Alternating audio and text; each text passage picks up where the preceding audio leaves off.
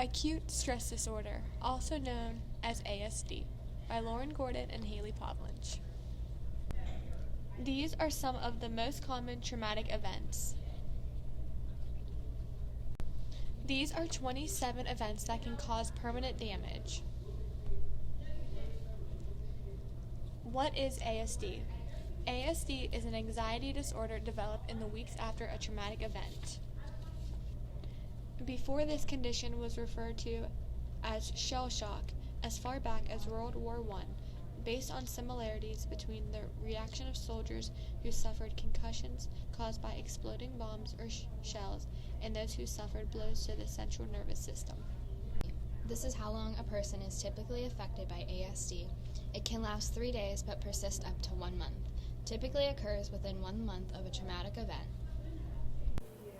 Anyone can develop ASD after a traumatic event. You may have an increased risk of developing ASD if you've experienced, witnessed, or been confronted with a traumatic event, had a history of ASD or PTSD, have a history of certain types of mental problems, or have a history of dissociative symptoms during traumatic events. Here's a list of reactions that happens to your body when you confront stress. ASD does many things to the mind. It reduces awareness of surroundings.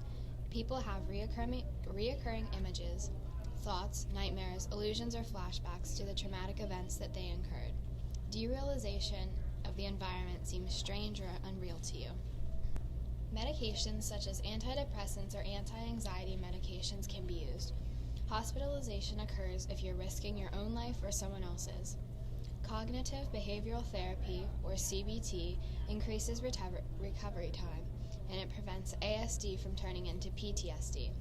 Anything from getting housing or a hold of family for support. Approximately 6 to 33% of people who experience a traumatic event develop acute stress disorder. This is our work and picture cited slide. This is our picture cited page again. That's the end of our presentation. Thank you for watching.